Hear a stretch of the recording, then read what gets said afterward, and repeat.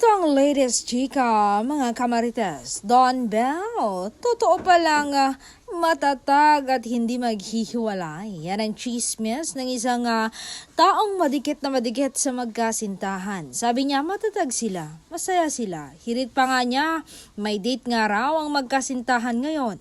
Maghapon sila nga nagpakalayo-layo upang takasan ng ingay muna.